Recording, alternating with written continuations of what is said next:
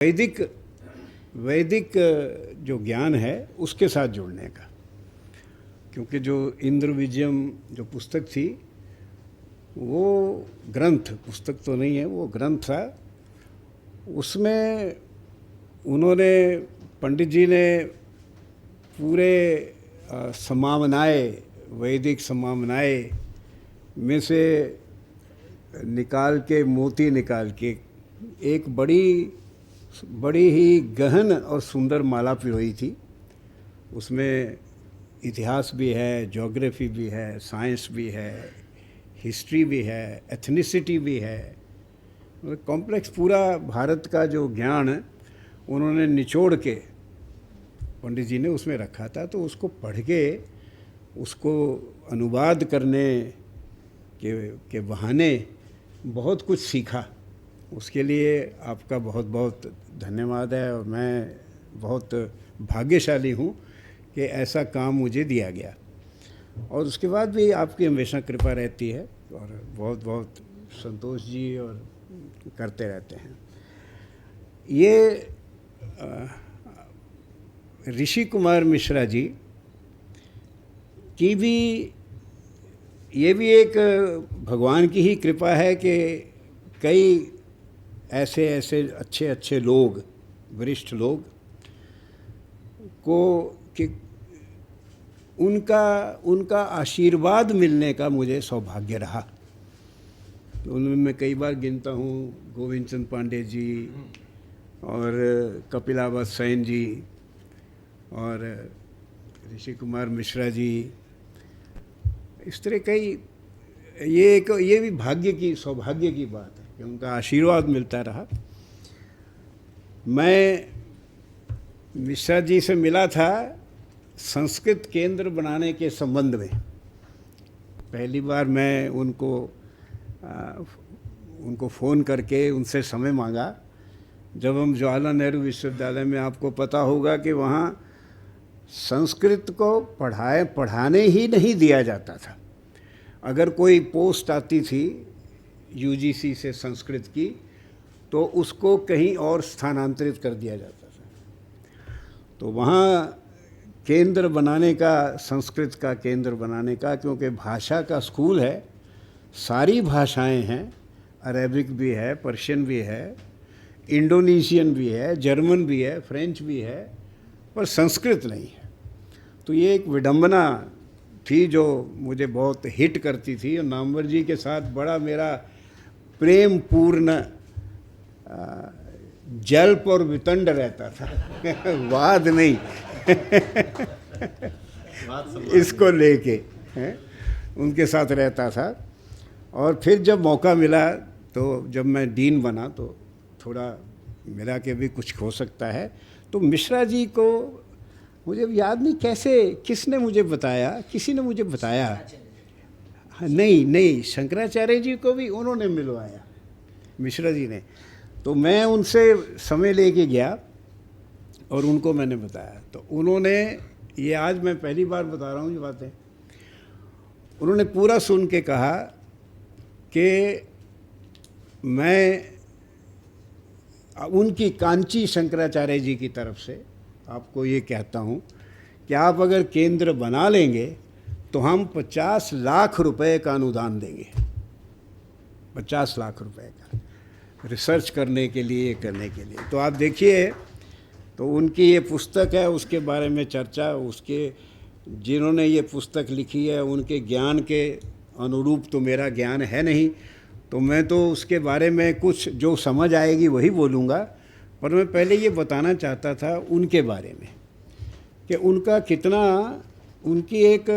उनका अपना देश, अपना ज्ञान और अपने गुरुओं के प्रति जो श्रद्धा थी, वो मेरे जानने में पहले ऐसे व्यक्ति थे जिन्होंने बिल्कुल हमारी गुरु शिष्य परंपरा के अनुरूप अपने गुरुओं के कथन को, उनके गुरुओं के आदेश को भूमि पर उतारा। जो गुरु जी ने उनको कहा कि 30 साल बाद आपको ये काम करना है, उन्होंने वो काम किया। और गुरु के लिए इससे बड़ी श्रद्धा नहीं हो सकती कि भाई जो उन्होंने कहा उसको उन्होंने किया। 5 पुस्तक, मेरे ख्याल में 5वीं अभी छपनी है। तो before the beginning, after the end, उसके बाद शायद कॉस्मिक मैट्रिक्स, और फिर रियलिटी ऑफ द सुपरा फिजिक्स, वो मैंने अभी नहीं देखी है। उसके बाद ये अल्टीमेट डायलॉग, विमली जी ने बहुत बढ़िया, बल्कि विमली जी की स्प्लिट पर्सनालिटी मुझे नज़र आई। एक तरफ दर्शन और दूसरी तरफ हिंदी फिल्मों के गाने। अच्छा है, अच्छा बैलेंस है, नहीं तो बहुत ज़्यादा ज्ञान इतना भारी पड़ जाता है कि वो व्यक्ति उसमें दब जाता है। तो पर उन्होंने बहुत मेरा काम जो है सुलभ कर दिया, सुलभ कर दिया, क्योंकि इन्होंने इतनी अच्छी तरह से उसके अल्टीमेट शब्द के ऊपर खासकर और अल्टीमेट डायलॉग के बारे में बोला। मिश्रा जी की दूसरी, मैं इनफैक्ट उनका एक बात जो बताना चाहता था कि ultimate dialogue is his ultimate homage to his teacher, है ना। This ultimate dialogue is his ultimate homage to his teacher. उनका कोई भी काम ऐसा नहीं जो उन्होंने अपने गुरु के लिए नहीं किया। उन्होंने अपना इंटरेस्ट है, मुझे ये करना है, मुझे ये करना, इससे ये हुआ नहीं। उन्होंने सब काम अपने गुरु के लिए किए। अल्टीमेट होमेज है उनके लिए। और ये बहुत इन्होंने विस्तृत ढंग से बताया है। अगर मैं थोड़े शब्दों में कहूँ तो भगवद गीता ही एक अल्टीमेट संवाद है, अल्टीमेट डायलॉग है। भगवद गीता खुद पुस्तक जिसमें कृष्ण और अर्जुन का संवाद, ये किताब भी अल्टीमेट डायलॉग है, और इसके अंदर जो संवाद है दोनों का, वो भी अल्टीमेट डायलॉग है, जो संवाद है। और अल्टीमेट मेरे समझ में उन्होंने, विमली जी ने बिल्कुल हिंट किया है। एक तरफ भगवान कृष्ण है, दूसरी तरफ अर्जुन है, हाँ, सब्यसाची। और इतनी जो स्थिति है उस समय, दोनों तरफ 18 अक्षौहिणी सेना खड़ी हैं, और अर्जुन जो कि सबसे ज़्यादा पहले इस बात पे रहता था कि हमें अपना हक लेना है युद्ध करके, वो उस क्षण में जाके प्रश्न पूछने लग जाता है। ये इन्होंने कहा कि प्रश्न करने वाला होता है और जवाब। 21 प्रश्न अर्जुन पूछता है इसमें। और अगर आप उस प्रश्न के अंदर जो उप प्रश्न हैं वो गिने तो 25 प्रश्न हैं। वो भी बहुत ही एक, अगर कोई उन्हीं प्रश्नों को लेके ही थोड़ी चर्चा करे तो गीता का जो अर्थ है, या गीता का जो व्याप्त अर्थ है, वो ग्रहण हो जाता है। मोटी मोटी बातें हैं उसमें। तो ये 21 प्रश्न हैं, 700 श्लोक हैं, 18 अध्याय हैं, 18 योग हैं। हर अध्याय को वो योग कहते हैं, 18 योग हैं। और गीता ऐसा ग्रंथ है जिसके ऊपर भारत के जितने भी मनीषी विद्वान ऋषि हुए अच्छे, उन्होंने अपना आखिरी काम ज़िंदगी में ये सोचा कि भगवद गीता के ऊपर टीका लिखनी है। ये एक बहुत अपना जब बातें समझ आने लग जाती हैं तो हम सोचते हैं कि हमें अब गीता का अध्ययन करके उस पर कुछ कहना चाहिए। तो मिश्रा जी ने इसमें, मैंने जब इसको पढ़ा तो मैं ये समझने की कोशिश करता रहा। ये तो ऑब्वियस है, अगर आप इसको पढ़ेंगे तो वो एक प्रश्न से जूझ रहे हैं, एक बहुत मूल प्रश्न से जूझ रहे हैं कि जो ज्ञान और कर्म का जो संघर्ष, ज्ञान और कर्म का जो विवेचन, या ज्ञान कर्म की जो अपोजिशन है, और उसका उसका रेजोल्यूशन किस प्रकार होता है, कैसे होता है। तो अभी बाद में बात करेंगे, हो सकता है अभी भी करें, कि दो टर्म्स जो संन्यास और त्याग उसमें आती हैं गीता में, उनको लेके, और बुद्धि, जिनको अंग्रेज़ी में, क्योंकि उसको कहना, उन्होंने इंटेलेक्ट शब्द यूज़ किया, इंटेलिजेंस शब्द यूज़ किया, कि जो, क्योंकि अर्जुन पूछता है ना कि अगर आप ज्ञान को इतना उत्तम मानते हैं, श्रेष्ठ, तो मुझे इतने घोर कर्म में क्यों लगा रहे हो, क्यों लगा रहे हो मुझे।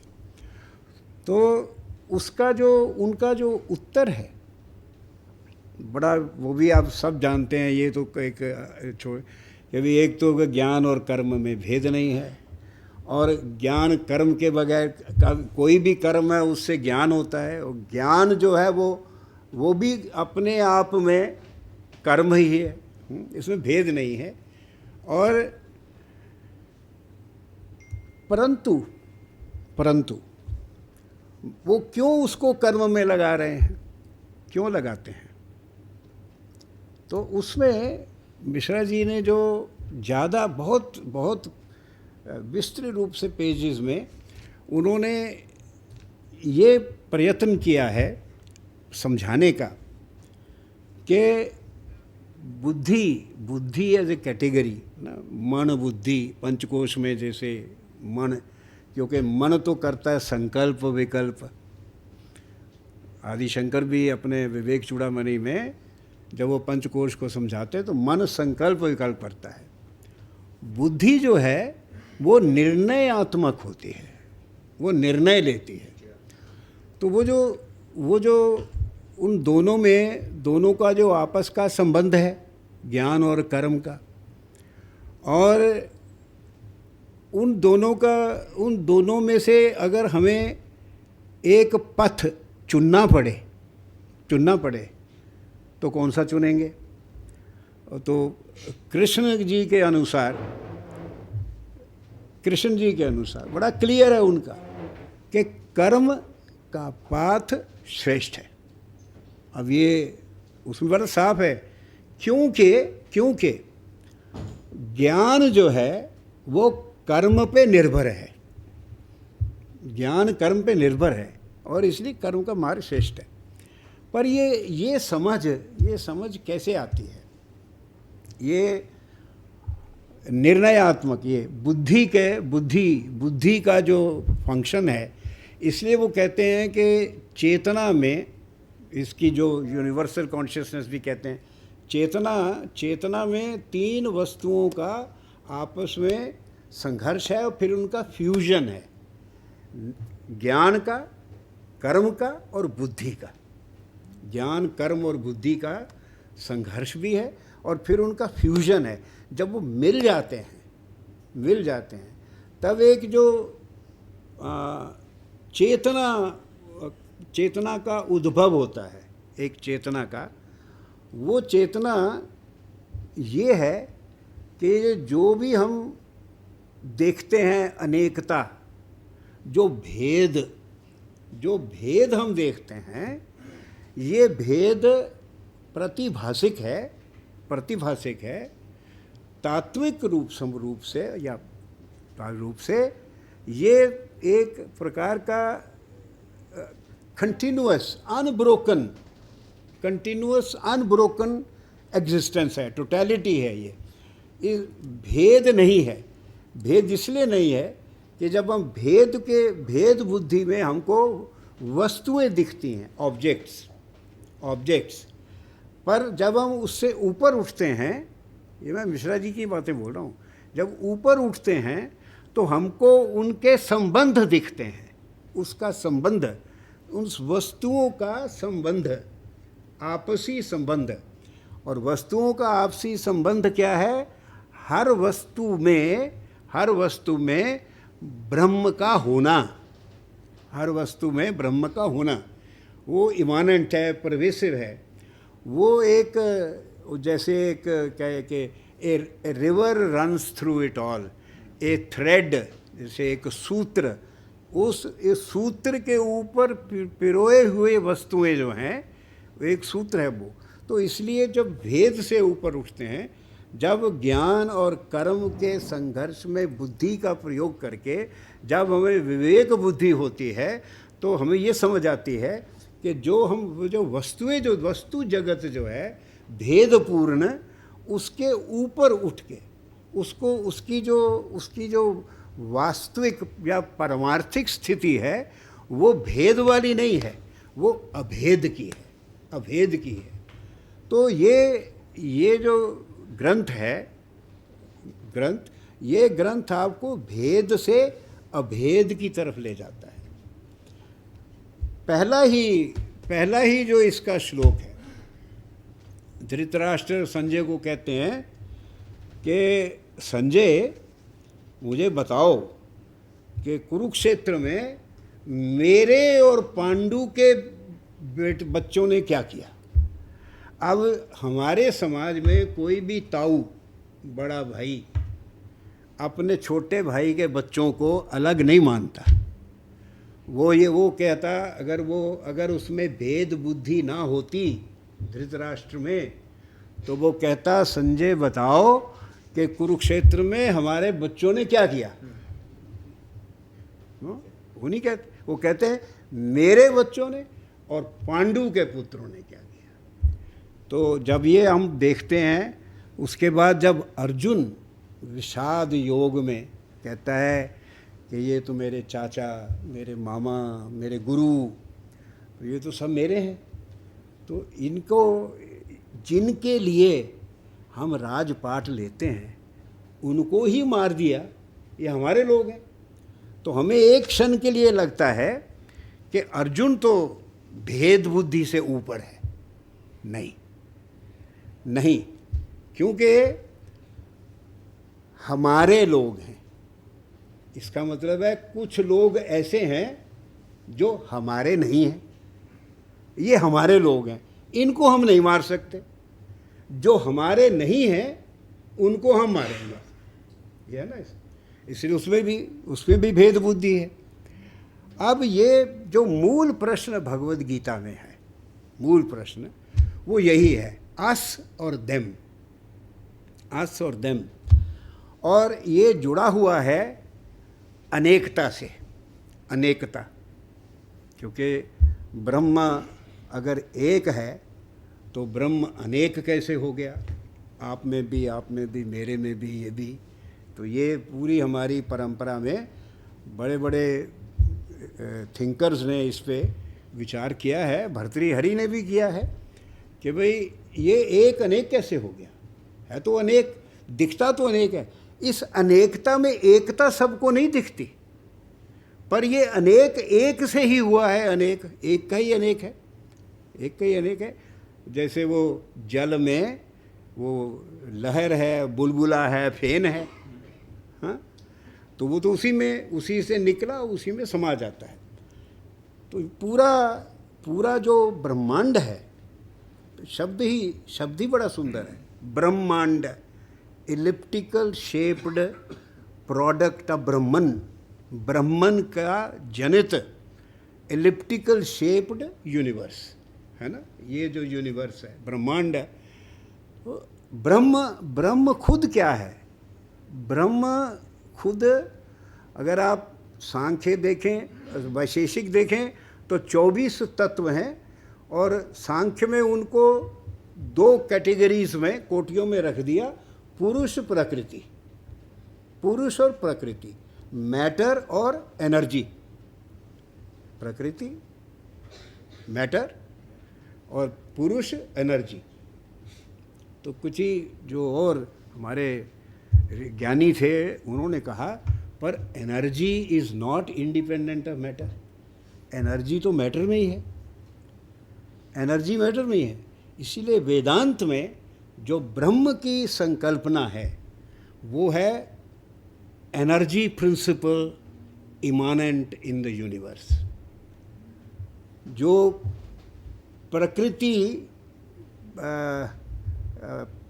प्रकृति जिसमें वो जो पुरुष इन्वेस्टेड उसमें है, प्रकृति में है।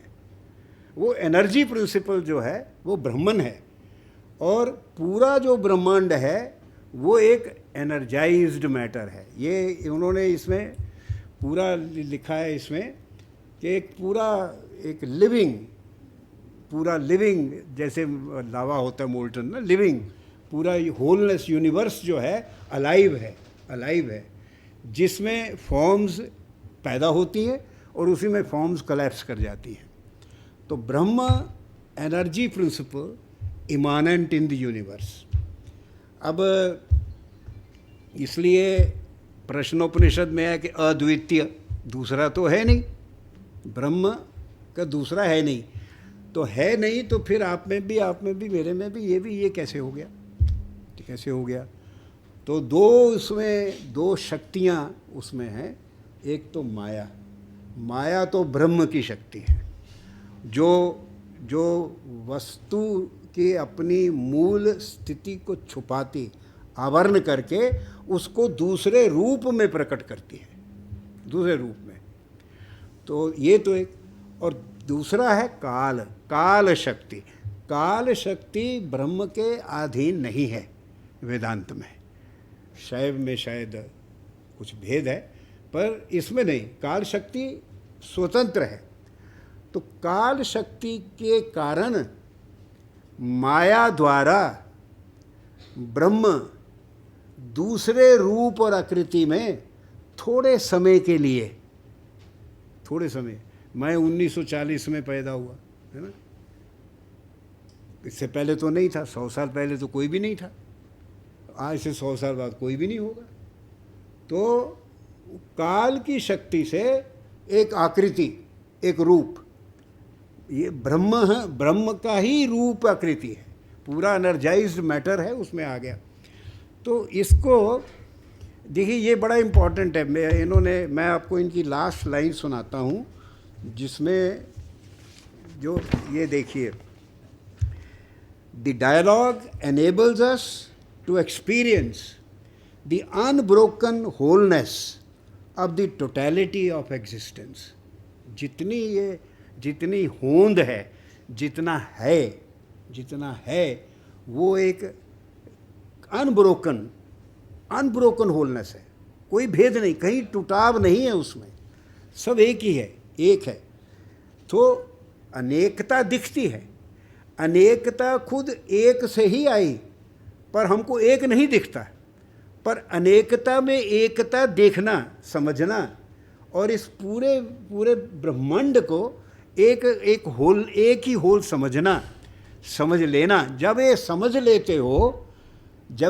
लेते हो तो फिर मेरे और पांडु के पुत्र नहीं रहते, या ये हमारे लोग हैं और ये हमारे लोग हैं, फिर ये नहीं रहता।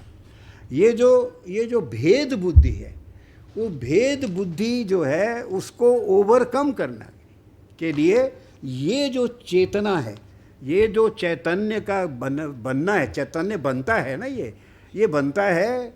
वैसे पंचकोश पूरी थ्योरी है, पर इसमें मन और बुद्धि अलग गीता में भी है और इसमें भी है। बुद्धि जो है वो हमें बुद्धिर युक्त जो विचार है उससे रिफ्लेक्ट करने से, समझने से ये आया। तो ये ब्रह्मांड जो होलनेस है, ओवरकमिंग, देखिए दो प्रकार का टूटाव, एक तो जब वो बाद में डायलॉग की बात करते हैं, कई प्रकार के डायलॉग की बात करते हैं। एक तो ये है कि हमें जो ये ऑब्जेक्ट्स दिख रहे हैं ये अलग, दूसरा हमारे अंदर भी फ्रेगमेंटेशन होती है, चित्त की जो अवस्थाएं हैं, विखंडित है ना, वो अवस्थाएं, और उसको एक एकाग्र बनाना।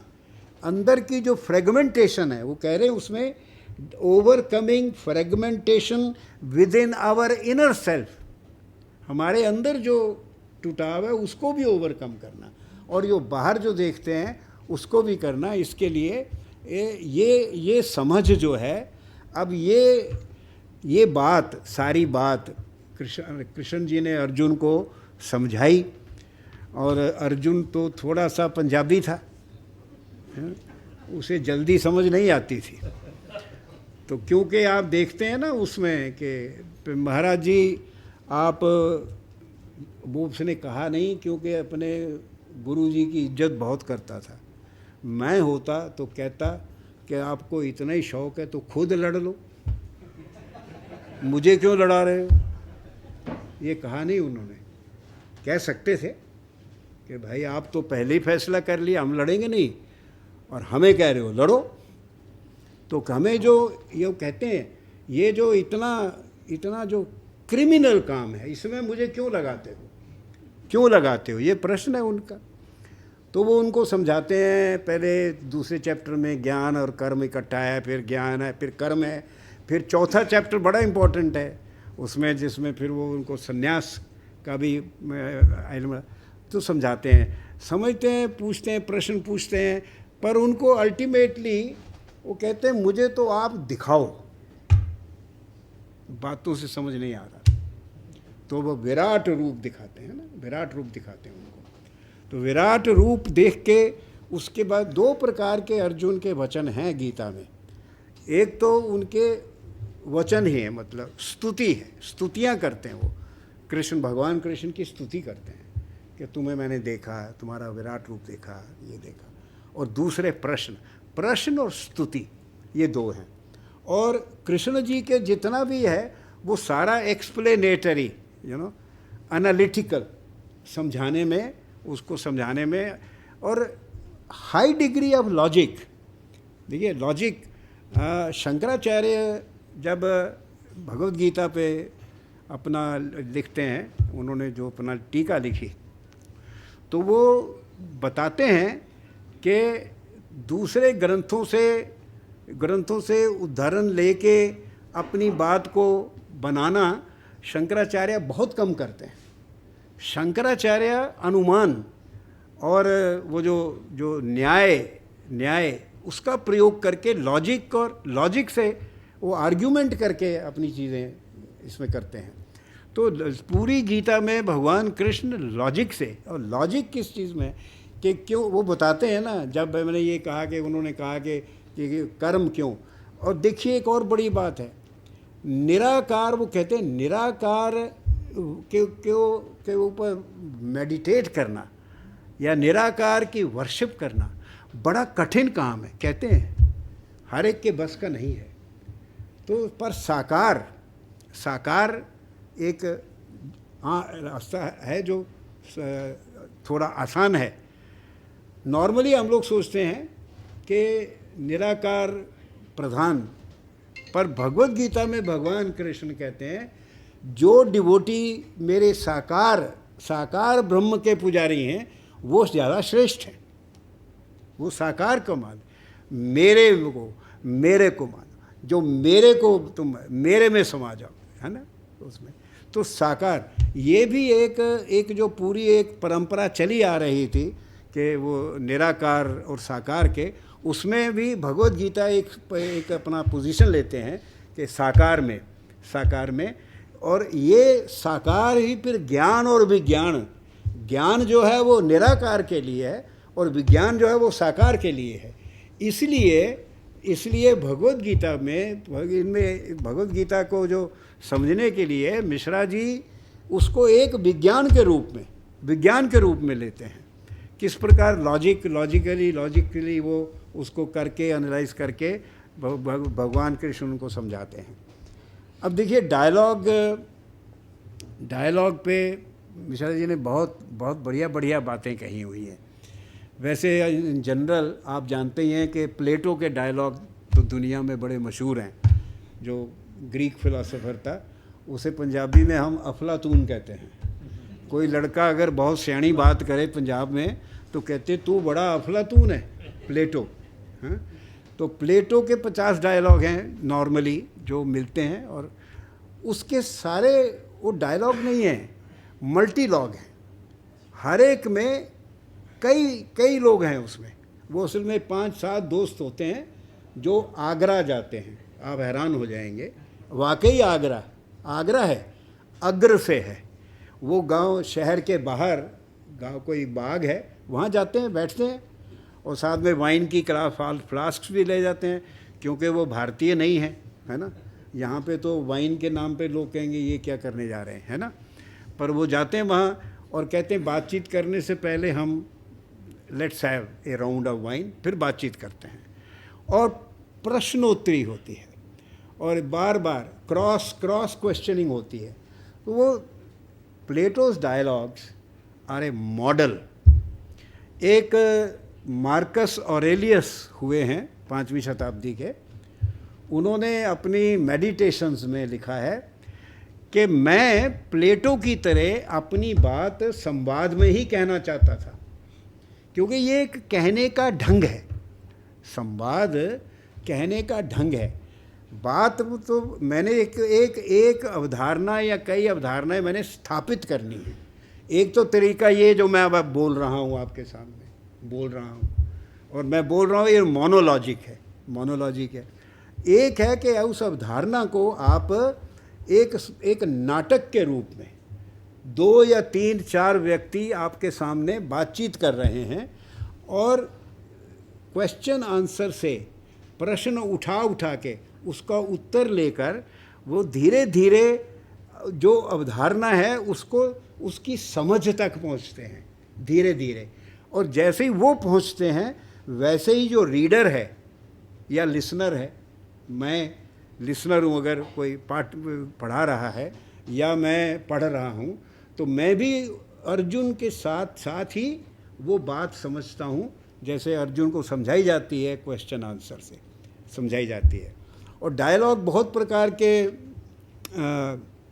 हमारे, इन्होंने ठीक कहा, हमारे जो शास्त्र हैं वो भी उनमें से संवाद की एक प्रणाली है। संवाद की प्रणाली का श्रेष्ठ इसलिए है कि वो आपके सामने प्रॉस एंड कॉन्स दोनों या तीनों पॉइंट ऑफ व्यू रखे जाते हैं। कोई आपके ऊपर इम्पोज नहीं कर रहा कि ये, वो आपके सामने बातचीत हो रही है, आप सुनिए देखिए। और अगर आप कृष्ण जी से एग्री नहीं करते फिर भी तो आप डिसएग्री करिए या आप कन्विंस हो जाएंगे। इसलिए 18वें अध्याय में 63वें श्लोक में कृष्ण जी क्या कहते हैं अर्जुन को कि मैंने तुम्हें अब सब समझा दिया। उसने 25 प्रश्न पूछे, सबका उत्तर दे दिया, अब तुम जो चाहते हो करो। हाँ, जो तुम चाहते हो करो। देखिए, हम लोग नोटिस नहीं करते कि ये कितनी बड़ी बात है। पश्चिम की सिविलाइजेशन में जो सोसाइटल नॉर्म होता है, जो अब्राहमिक रिलीजन्स हैं जैसे, उनमें जो नॉर्म है उसमें आपको चॉइस नहीं है कि आप इसको कि भाई कहें कि आप इसको बाइबल को या कुरान को माने या ना माने, ऐसा चॉइस नहीं है। हमें है चॉइस, हमें चॉइस है, अब माने या ना माने, वो चॉइस कृष्ण जी देते हैं। तो ये हमारी सभ्यता का एक बड़ा ही बहुत ही एक क्या कहने, पावरफुल डायमेंशन है। Everybody is given, everyone is allowed to think for himself. सोचिए आप, आपके ऊपर सोसाइटी, ये नहीं कि कृष्ण जी ने कह दिया अर्जुन को तुझे करना ही पड़ेगा, कहते मैंने बता दिया अब तुम, वो बीच में अर्जुन वैसे खुद कहने लग जाते हैं कि मुझे, उस वक़्त भी कहते हैं, उनके जवाब में भी कहते हैं कि मैं अब आपके साथ हूँ, I am now with you. ये जो संविद डायलॉग, उन्होंने 4 प्रकार के डायलॉग, आदेश, उपदेश, आचार और संविद। संविद जो है, जब 2 व्यक्तियों की चेतना एक सम हो जाती है, चेतना, तब वो संविद डायलॉग, तब फिर शब्दों की आवश्यकता नहीं रहती, तब शब्दों की आवश्यकता नहीं रहती। तो ये 4 प्रकार के, मैं उनके कि अल्टीमेट जो डायलॉग है वो संविद है। Ultimately your dialogue is in silence.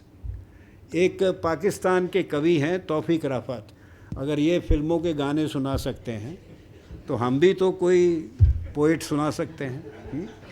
तो तौफीक राफत जी की एक बड़ी सुंदर कविता है, अंग्रेज़ी के पोइट हैं। मैं मानता हूँ कि इस सब कॉन्टिनेंट के सबसे अच्छे अंग्रेज़ी के पोइट तौफीक रफ़त हैं, जो इंग्लैंड में छपे हैं, और बड़े दयालु। हमने एक कलेक्शन बनाई थी, तो हमने उनको एक लेटर लिखी कि आपकी ये कविताएं हम ये 3 रखना चाहते हैं। तो उन्होंने अपनी ग्रैंड चाइल्ड की कॉपी में से एक पेज फाड़ के, वो भी ठीक तरह नहीं फटा, टेढ़ा सा, उसके ऊपर है यू कैन इंक्लूड एनी और ऑल ऑफ माई पोएम्स। उसके अगेंस्ट एक मोहम्मद घोष करके बंगाली मुसलमान अमेरिका में थे पोइट, उनको हमने लिखा। उसने कहा कि मैं $500 चार्ज करता हूँ हर पोएम का। अब देखिए तौफीक रफ़त जो इतने बड़े पोइट थे, उन्होंने कहा जो मर्जी। यही कमला दास ने भी यही लिखा हमें कि यू कैन इंक्लूड एनी। तो ये एक तौफीक रफ़त साहब की लाइनें हैं। We sat next to each other, we sat next to each other, grafting our thoughts on each other's silence. We sat next to each other, grafting our thoughts on each other's silence. तो संविद में फिर शब्द नहीं, उस dialogue में ultimately शब्द नहीं, जब तक आपका संवाद शब्दों में हो रहा है। और मिश्रा जी ने शुरू के सेक्शंस में भाषा के ऊपर बहुत लिखा है, व्याकरण, निरुक्त, ध्वनियाँ जो हैं, और ध्वनि को लेके तो वो ध्वनि से फिर ओम अक्षर ब्रह्म तक उन्होंने उसको बताया है कि कैसे ध्वनि से, क्योंकि जो मांडुक्य उपनिषद में आ ऊ म, आ यहाँ से होता है, ऊ करते हो तो पूरी जो तंत्र है आपका बोलने का पूरा उसमें है, और म से क्लोज हो जाता है यहाँ से यहाँ। तो ओम, ओम का अर्थ है सारी भाषा, सारी भाषा, सारी भाषा इस ओम इसमें आती है। और इसलिए अक्षर ब्रह्म, ये अक्षर है, अक्षर भी है, सिलेबल है, और ये अक्षर ब्रह्म, ये ब्रह्म का सिंबल भी है, सिंबल भी है, अक्षर ब्रह्म है। तो ध्वनि के ऊपर साउंड को लेके, और क्योंकि हमारे जो आपको पता ही है कि जो हमारे ध्वनिकार जो होते थे वो वैयाकरणों के बड़े विरोधी होते थे, या ऐसा कहना चाहिए, हाँ ऐसे ही, वो ध्वनिकार जो थे वो कहा करते थे कि अरे भैया हम तो तत्व से डील करते हैं, तत्व से, साउंड, साउंड, और तुम वैयाकरण रूप से, आकृति से। अब तुम्हारा नंबर 2 का काम है, हम तो तत्व से डील करते हैं। तो मंत्र दृष्टा, हम तो मंत्र, और चाहे उसमें अकॉर्डिंग टू देम ध्वनिकार जो होते थे कि अर्थ इतना इम्पॉर्टेंट नहीं है, शुद्ध उच्चारण। अगर आपका मंत्र का उच्चारण शुद्ध नहीं है तो मंत्र का जो ध्येय है वो पूरा नहीं होगा, ये मानते थे। परंतु यास्क ने कहा कि eternal is the scorn of the ignorant for knowledge, कि एक मंत्र का उच्चारण करना अर्थ जाने बगैर, it is like carrying a sealed letter from one place to the other. तो उन्होंने उसका निर्वचन, तो उन्होंने निर्वचन पे भी, ऋषि जी ने निर्वचन पे भी लिखा है, और उसके बाद फिर उन्होंने ध्वनि पे, और ध्वनि से अक्षर ब्रह्म तक गए। अब जो हमने कहा डायलॉग पे, उनकी एक और बड़ी इंटरेस्टिंग कैटेगरी है। कितने प्रकार के डायलॉग हैं? मैन टू मैन, मैं इनसे डायलॉग कर सकता हूँ, मैं आप सबसे डायलॉग कर सकता हूँ, मैं समाज से डायलॉग कर सकता हूँ। मैं इनफैक्ट वैसे मेटाफॉरिकली नहीं करना चाहिए, उन्होंने किया भी नहीं है। ऑल्दो कृष्ण को और राधा को और अर्जुन को मिश्रा जी ने मेटाफॉरिकली उसको समझने की कोशिश की है कि जैसे जो सुप्रा फिजिकल एनर्जी और उसकी जो ल्यूमिनोसिटी है राधा, और अर्जुन जो है वो एक इंडिविजुअल कॉन्शियसनेस है, और कृष्ण जो है वो यूनिवर्सल कॉन्शियसनेस है। व्यक्तिगत चेतना है और सार्वभौमिक चेतना है, और वो संवाद के थ्रू वो दोनों फिर एक हो जाते हैं। जो कहते हैं ना, आई एम विद यू, वो दोनों एक हो जाते हैं, उनकी जो चेतना मर्ज कर जाती है आपस में। तो जैसे man against man, man and man, man and society, man with God also, man and God, है ना। जब डायरेक्ट एड्रेस में, निरुक्त में, अंत में उन्होंने यास्क ने जो प्रकार दिए हैं ना, स्तुतियों के प्रकार दिए हैं कई, उनमें जैसे फर्स्ट पर्सन में एड्रेस करना, कभी जो है फर्स्ट पर्सन में संस्कृत कवि मैं ऐसा हूँ, मैं भगवान बोलता है ऐसे, या सेकंड पर्सन में तुम, या थर्ड पर्सन में, तीनों में है, तीनों प्रकार में वो है। तो ये कवि जो है जब वो स्तुति लिखता है तो वो भगवान के साथ संवाद करता है।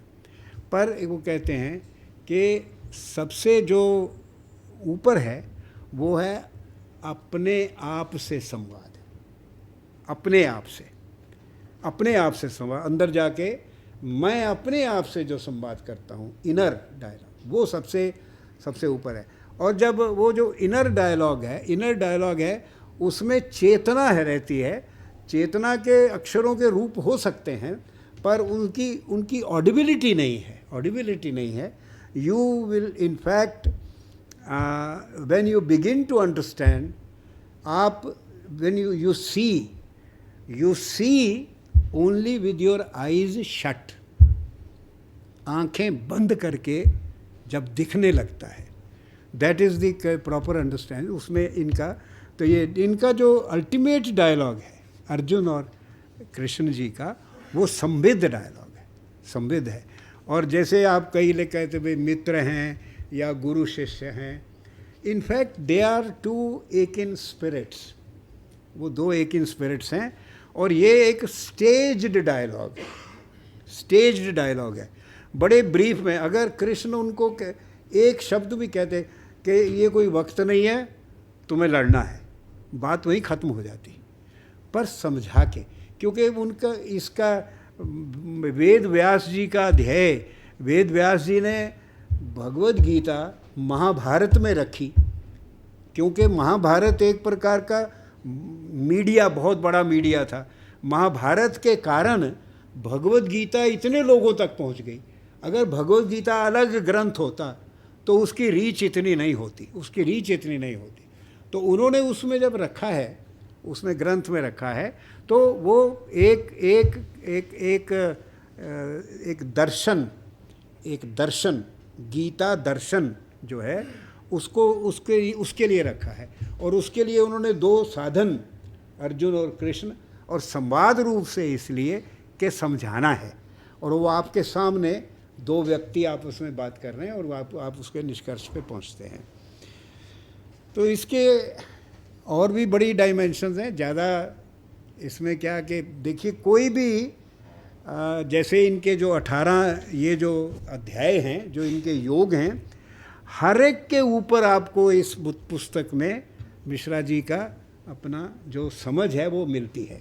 जितने भी आप तो सब जानते हैं, विषाद योग है, सांख्य योग है, कर्म योग है, ज्ञान कर्म संन्यास है, कर्म संन्यास, ज्ञान कर्म संन्यास से कर्म संन्यास का भेद है, संन्यास और त्याग का भेद है, संन्यास और त्याग, कि उसमें दोनों का कि आप अगर आप कर्म के फल की तरफ ध्यान नहीं देते तो और कुछ, तो वो त्याग है।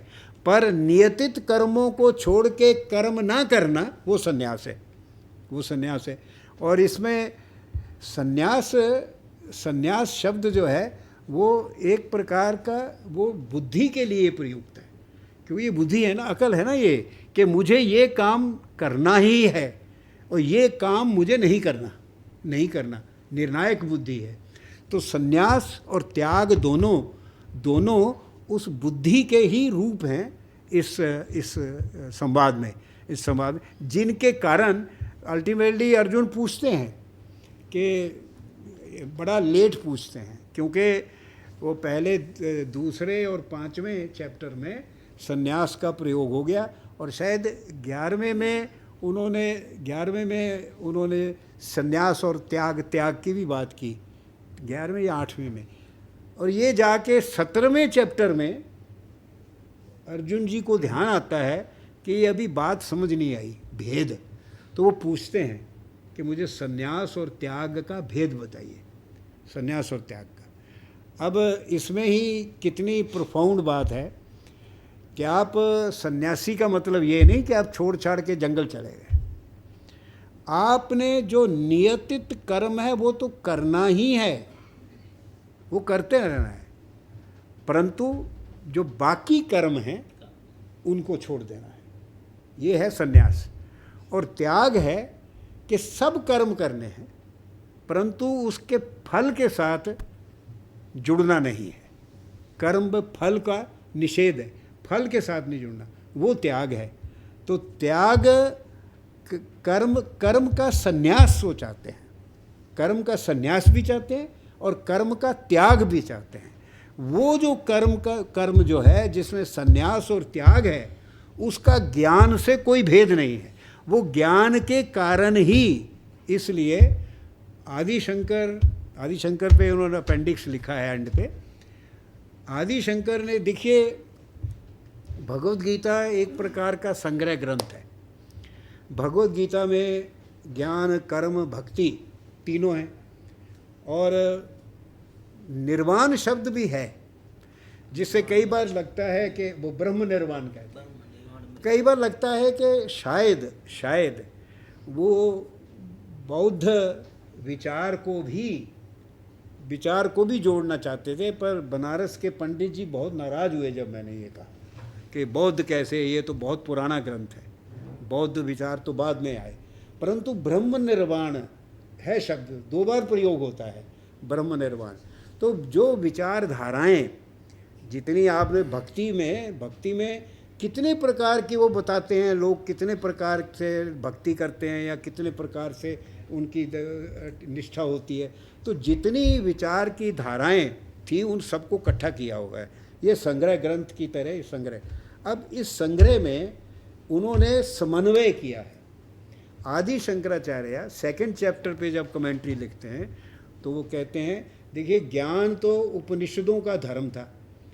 धर्म किस में है? ज्ञान में, उपनिषदों में। नचिकेता फंडामेंटल क्वेश्चंस पूछते हैं, डेथ क्या है, सत्य काम जाबाल है, ट्रूथ क्या है। तो ज्ञान धर्म है। फिर बोधों के साथ बोधिसत्व में कर्म धर्म है, और पुराणों में भक्ति का धर्म है। हनुमान जी प्रोटैगनिस्ट हैं उसके, बोधिसत्व हैं प्रोटैगनिस्ट कर्म के, और नचिकेता हैं इसके ज्ञान के। तो ये तीनों जितने इनको इकट्ठा करके इनको इसमें रखा है, इन्होंने समन्वय ग्रंथ बनाया है। तो अब इसमें आदि शंकर की जो, देखिए ग्रेटनेस क्या है भगवत गीता की।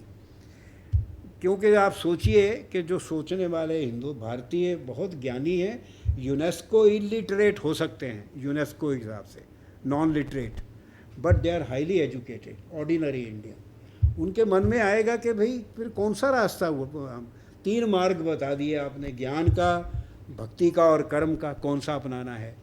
तो ये गीता का मैसेज कि उनमें भेद नहीं है, इसको शंकर ने बड़ा सुंदर लिखा है। ज्ञान युक्त कर्म ही भक्ति है, ज्ञान युक्त कर्म ही भक्ति है।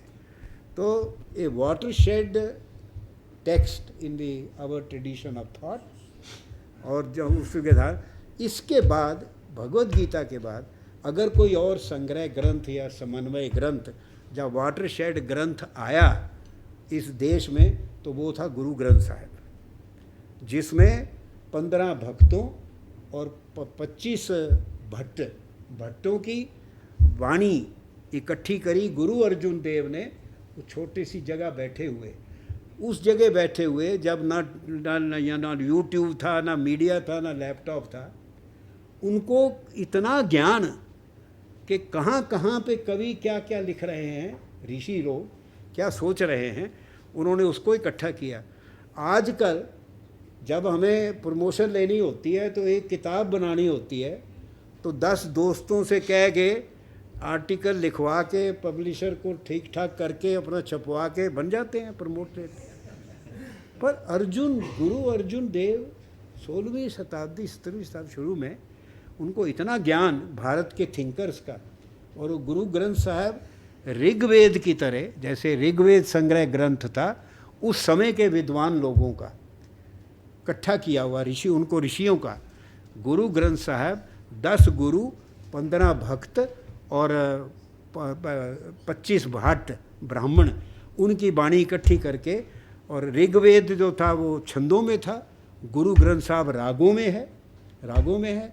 और बहुत कम लोग जानते हैं क्योंकि हिंदुओं में एक प्रवृत्ति है कि अगर कोई कह दे ना, जरा सा नाराज़ हो के कुछ कह दे तो हम उसको छोड़ ही देते हैं।